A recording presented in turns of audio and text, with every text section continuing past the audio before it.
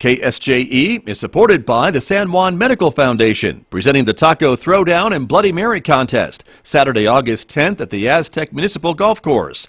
This 21 and over event will include food, music, and fun, as vendors from the Four Corners battle to see who creates the best taco and the best Bloody Mary.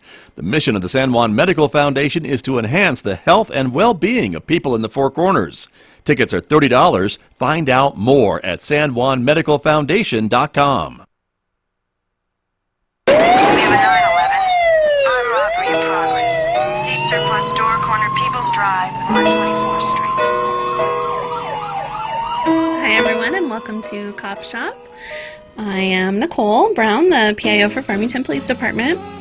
And today we're going to be talking about our, back to school stuff and our school resource officers. We have Sergeant Jared Stock with us today and SRO Misty Jenson. Hi guys. Afternoon. Afternoon. Hi. Good to be here. So let's start with you guys. Jared, you want to talk about how long you've been with Farmington and how you got into being the sergeant for the SROs? Sure. I've been with Farmington Police Department for 12 years, a little over 12 years now. I've done stints on patrol, in training, spent a little bit of time in detectives, doing cases, but I was always interested in getting into the schools. I've been a coach in football, basketball with youth since about 2006, even before I started on here with the police department. So I've always enjoyed working with kids. So it was a natural transition when the school resource officer supervisor position came open. And I was able to assess for that, and I've been in this position for about a year. So this will be starting my second full year of school and running the school resource officers. And how many resource officers are there? Currently we have 6 school resource officers, and they're all assigned various schools in the Farmington Municipal School District. We also have a school resource officer for the college and several private schools, and anybody that contacts FPD as far as education-wise. We've got homeschools, charter schools, those kind of things, Okay. and we'll work with them and help have them have a school resource officer service as well as the public schools. Awesome. And so, Misty, how long have you been with the department? What brought you into the school resource officer role? I've been with the department going on 11 years now. I started out in patrol. Before I became a police officer, I went to college for a few years to be a physical education teacher. I've always enjoyed teaching kids, coaching, and once I became a police officer, one of the things that really caught my attention was being able to get into the schools and help the kids. Took me a little longer than I wanted to, but I did about 5 years on patrol, and then I did 3.5 years in the Joint Intervention Program. And then probably about last September, I started with the SROs. So I started out with Hermosa and 4 other elementary schools, and now I will have Hermosa and Tibbetts. Oh, nice. All those fun middle school kids. Yes, definitely. Awesome. So we're going to talk about back to school and make sure that everyone's aware that kids are going to be out and about and all that stuff. And For sure. School starts August 15th. That's 10 days from today, so it's going to be a Thursday. Teachers are all going back to school on the 8th, the end of this week, start prepping. They have their trainings, different things that they have with the school district. Then Thursday morning, kids will head out the door. Crosswalk school zones will all be activated. You'll start to see the yellow lights on. The crossing guards will be out with their stop signs. So just be aware. We've had about 3 months of no school zones, and people have gotten used to that. So start giving yourself time on Thursday morning and through the rest of the year. We're going to have kids out. FPD will have officers in different school zones with their lights on just to remind drivers, hey, look, the kids are there. The buses are going to be running. They're going to be stopping, picking up kids, so their stop signs are going to be coming out. So just be aware, and that's the biggest thing, is be aware that the kids are back and crossing. And so slow down, give yourself enough time when you're going to work. You know, what took you 5 minutes during the summer might take you 10 minutes, so adjust accordingly. And just pay attention to all the kids and all the school zones is our biggest message out there. And the buses, of course, with their stop sign, like that's something I know when I worked at dispatch, people would call and complain. People are running that sign, and so even if you're going the opposite direction, stop your car. It's from both sides. Once that stop sign comes out, it's two-sided, meaning stop from both directions. Wait for it. If you do pass it and they get your license plate, they can report it back to FPD through dispatch, and we'll dispatch people to contact the owner of that vehicle and ascertain who was driving. So it is a citation for that. You know, and the biggest thing is you want to keep the kids safe. You don't want to be the one that tragically hits a kid, and it messes up a lot of people's lives. So it's better just to stop and wait and be patient. Absolutely. And so, Misty, with your schools, you said you have Tibbetts, Hermosa? I have Tibbetts and Hermosa this year. What are kind of some safety stuff with them that people might want to be aware of? Or just... In general, most kids, you know, they're not paying attention. Especially nowadays, you have your cell phone in your hand, and almost every single student at the schools have a cell phone, and they are looking at their cell phone and not paying attention to traffic. So, as drivers ourselves, we need to pay attention not only to what's in front of us, but surrounding us, because those kids are just walking blindly out into the streets, and that's one thing that I've tried to explain to them, you know, put your phone down, pay attention to where you're going, but until something tragic happens, I don't think they're going to really see the importance of not being on your phone the whole time. Right, and they're just kids. They're not thinking about that. They're not. They're trying to figure out what their afternoon plans are, or who's going to the volleyball game, basketball game, what their friends are doing that evening. So... Awesome. Well, we also wanted to talk about an app that we introduced. Was it last year that it was first introduced to the schools? Okay. It's called Say Something. And do one of you guys want to kind of explain it? So the Say Something app is an application that you can have on your phone. They also have a call tip line and a computer website. All of them you can call in and report a tip anonymously. We just were talking about the kids on their cell phone. Mm-hmm. That's their mode of communication now.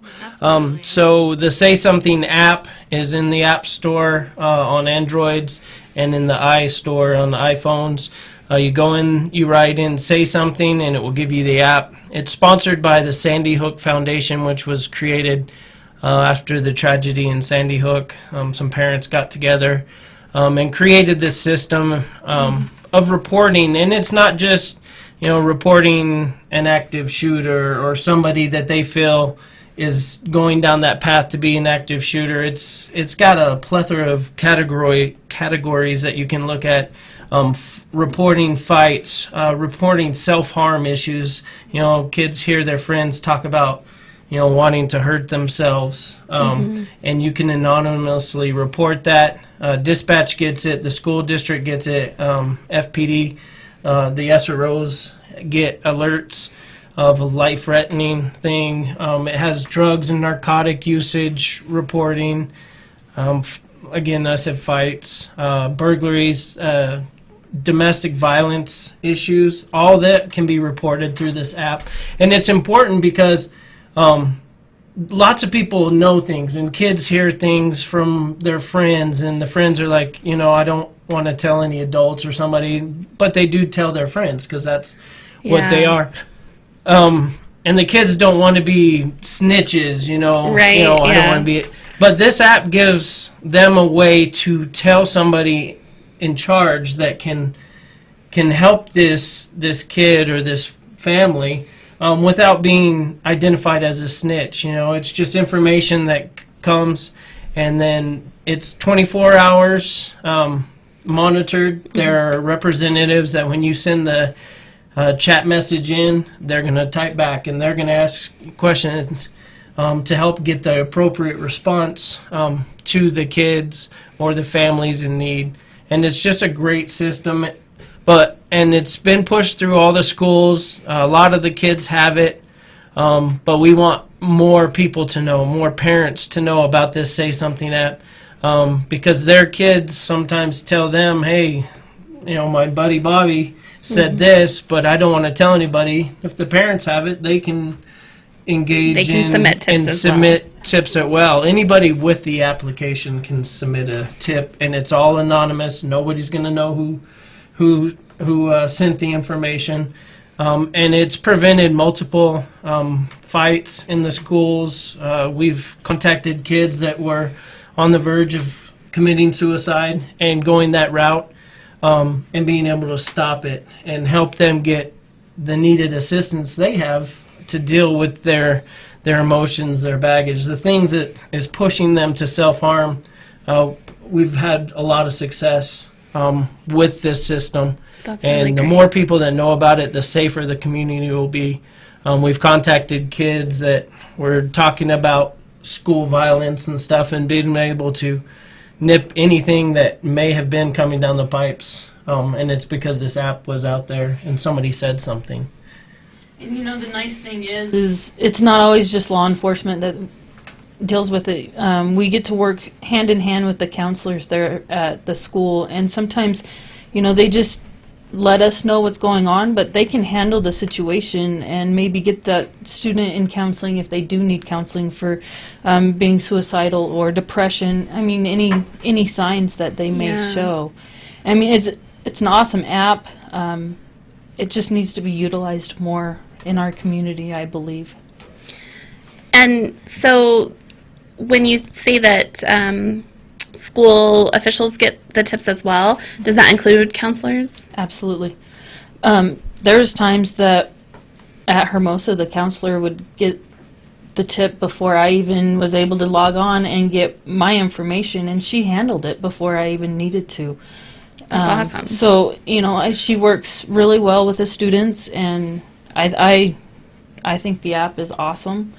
And when she needed me, she'd be like, hey, this is what I have going on. Can you come in and sit with me and talk with the student? And if we needed to call the parents to have an intervention, we did. And the good thing with it is the life-threatening or emergency, like somebody calls in, this person is going to kill themselves, like now, they're talking now, or the fight's happening at Brookside Park just down from FHS right now. Yeah. The tips are also sent to the dispatch center. Right. San Juan County is connected in. They have the Say Something receiving part, and so they get that same thing. And they can dispatch patrol, which sometimes has a quicker response than if they're trying to call an SRO who's in a class or teaching something or tied up with another student. Dispatch can ascertain real quick, oh, this needs an immediate response, and dispatch patrol units directly to those things. So there's a big group pull of people that get the notifications, so it doesn't slip through the holes. You know, one or two people getting it, a big group gets the messages, and it's able to be responded to in a quick, timely manner if needed. Yeah, and on the dispatch side, before I left there, we were working with it, and I know that if it is a life-threatening, they not only were they processing the tip through the app and all of our sign-ins, but then they would call us and let us know, just that kind of like extra safety net of, hey, there's a life safety thing on there. So dispatch could kind of get on top of it pretty quickly if someone else already hadn't seen it. And yeah, you're right. It's just kind of a big safety net. There's all kinds of safeties built into the system. So let's take a break, and we'll be back in just a few.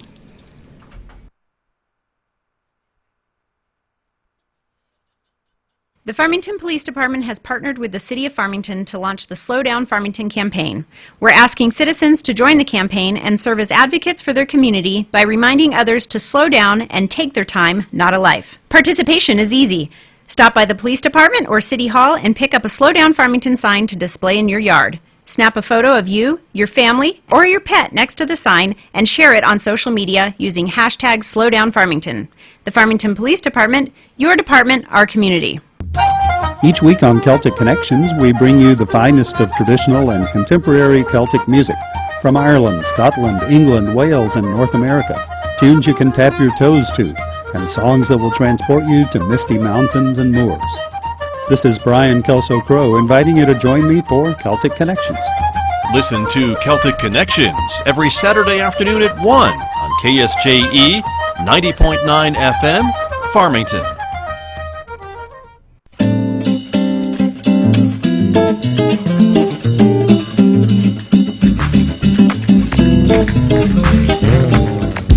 Hi, this is Sergio Melnichenko with the Brazilian Hour.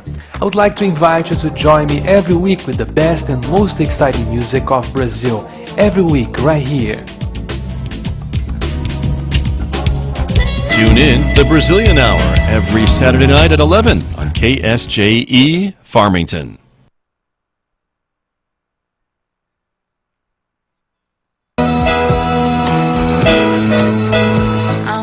We are back with CopShop, and we're here with Sergeant Jared Stock and SRO Misty Jenson, and we're talking about school safety and the Say Something app and just having school resource officers in the schools.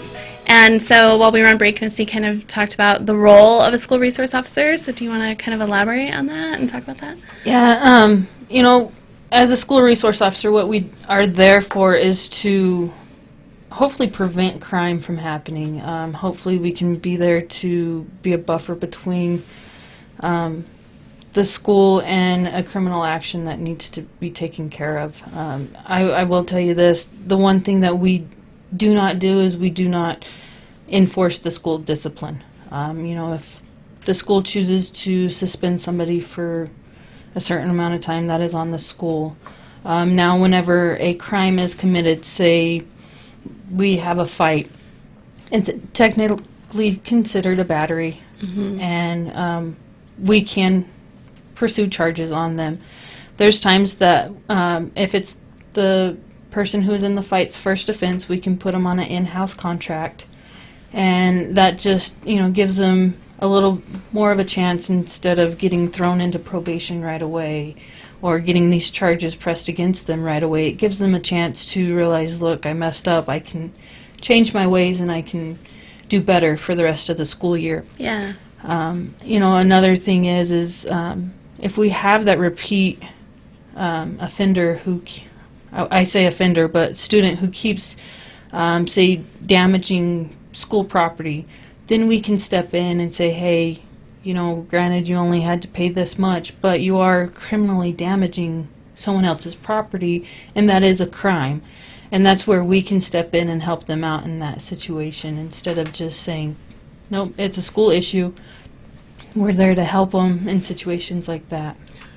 So essentially, it's a partnership between the Farmington Police Department and the Farmington Municipal Schools, the college, the different academies.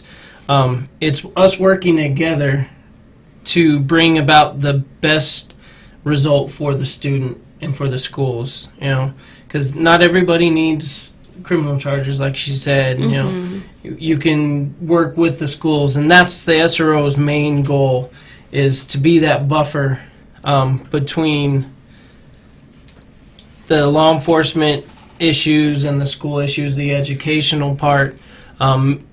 It's a partnership, plain and simple, a mutual understanding that we're going to work together for the betterment of the kids in San Juan County, mainly Farmington. Yeah. Because we do work closely with the other SRO units, the Sheriff's Office SRO units, Aztec and Bloomfield's SROs, even Navajo PDs, got SROs in Shiprock and the different consolidated schools, and we're all working together to bring about the best result for kids, to let them get the education that they need to move forward in life. And that's the SRO's main goal, main purpose, is to balance the law enforcement side, and that's our main job, is we're police officers in the schools. But we want what's best for the kids to be able to learn and grow. And if it means removing the student from the school through law enforcement means, that's what needs to happen for all the students. So it's a good working relationship. I liaison. My office is actually moving to the municipal schools, so I'll be able to work with them directly. If they need something, they can just come to the office. Yeah. And I can coordinate through with my SROs depending on which school needs help. I've got a relationship with the principals. I talk with them.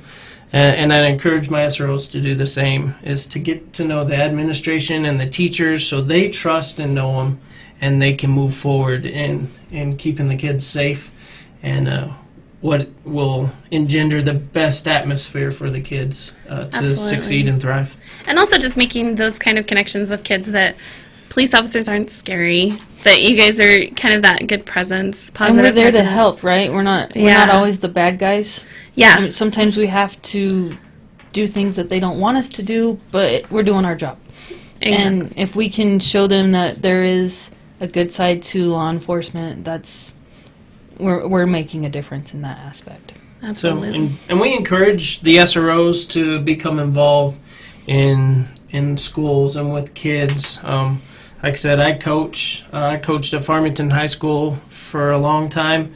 When my son entered second grade, I moved from the high school area and I started coaching Yaffle. Been coaching Yaffle since second grade.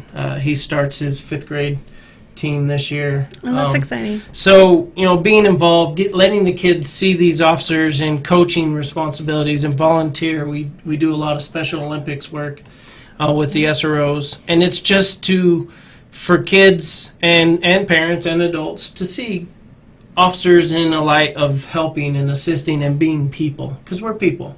Yeah, we put our absolutely. pants on one leg at a time, just like anybody else. And so that's what our goal is, to take away the bad stigma of yeah. bad things happening. And that's what our goal is. That's awesome. I think that the school resource program is invaluable. You guys are doing great work in our schools, and Thank you. we definitely appreciate it. You're a huge part of FPD and that community policing aspect of the department. So thank you guys both for coming, and it was great to have you both on CopShop.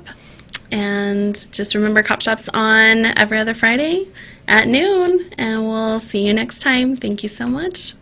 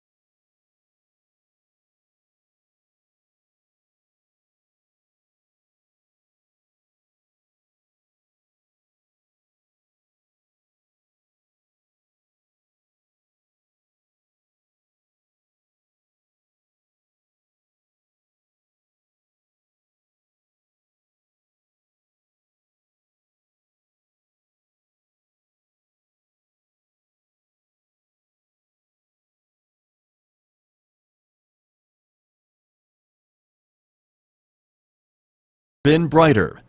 This is KSJE Farmington, on the air at 90.9 FM and HD, and online at ksje.com.